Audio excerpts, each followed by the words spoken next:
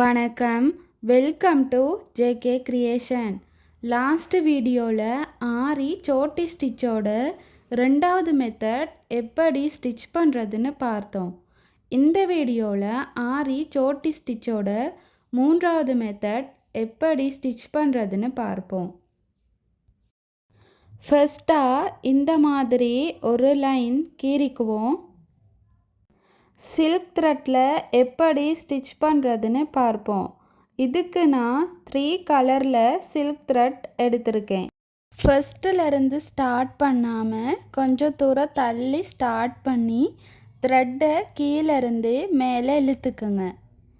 இழுத்துட்டு ஒரு குட்டி செயின் ஸ்டிச் போட்டு த்ரெட்டை முன்பக்கமாக கொண்டு போய் ஒரு செயின் ஸ்டிச் போட்டு அது பக்கத்தில் ஒரு குட்டி செயின் ஸ்டிச் போடணும். பிறகு த்ரெட்டை முன்பக்கமாக கொண்டு போய் ஒரு செயின் ஸ்டிச், அது பக்கத்தில் ஒரு குட்டி செயின் ஸ்டிச் போடணும். மறுபடியும் த்ரெட்டை பின்பக்கமாக கொண்டு வந்து ஒரு செயின் ஸ்டிச் போட்டு அது பக்கத்தில் ஒரு குட்டி செயின் ஸ்டிச் போடணும்.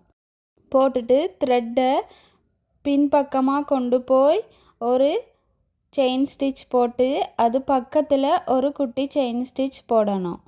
இதே முறையில் 6 தடவை ஸ்டிச் பண்ணிப்போம்.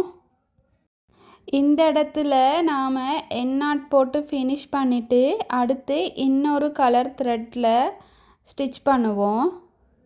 த்ரெட்டை கீழேருந்து மேலே இழுத்துக்கணும். இழுத்துட்டு அது பக்கத்தில் ஒரு குட்டி செயின் ஸ்டிச் போடணும். போட்டுட்டு அப்படியே த்ரெட்டை பின்பக்கமாக கொண்டு போய் ஒரு செயின் ஸ்டிச் போடணும்.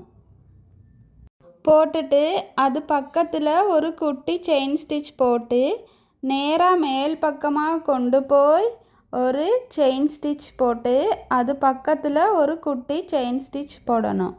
போட்டுட்டு த்ரெட்டை முன்பக்கமாக கொண்டு வந்து ஒரு செயின் ஸ்டிச் போட்டு அது பக்கத்தில் ஒரு குட்டி செயின் ஸ்டிச் போடணும்.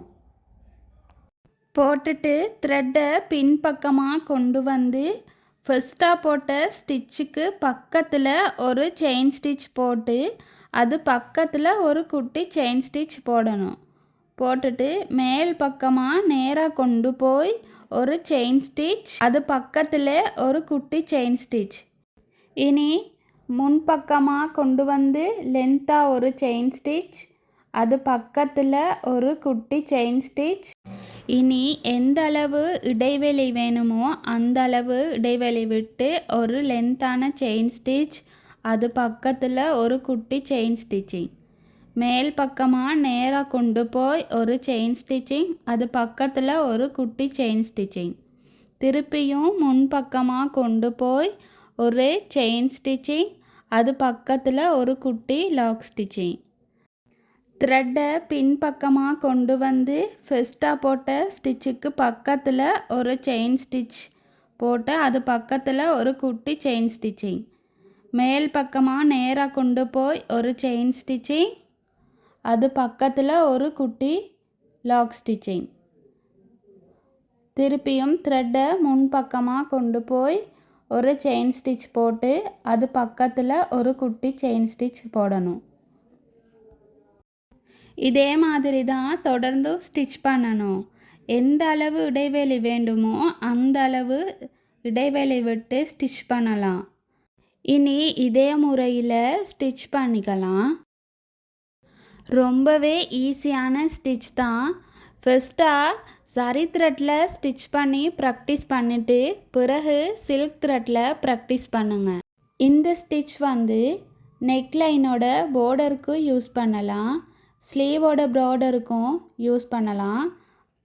ரொம்ப அழகாக இருக்கும். இதே மாதிரி தொடர்ந்து ஸ்டிச் பண்ணி ஃபினிஷ் பண்ணிக்குவோம்.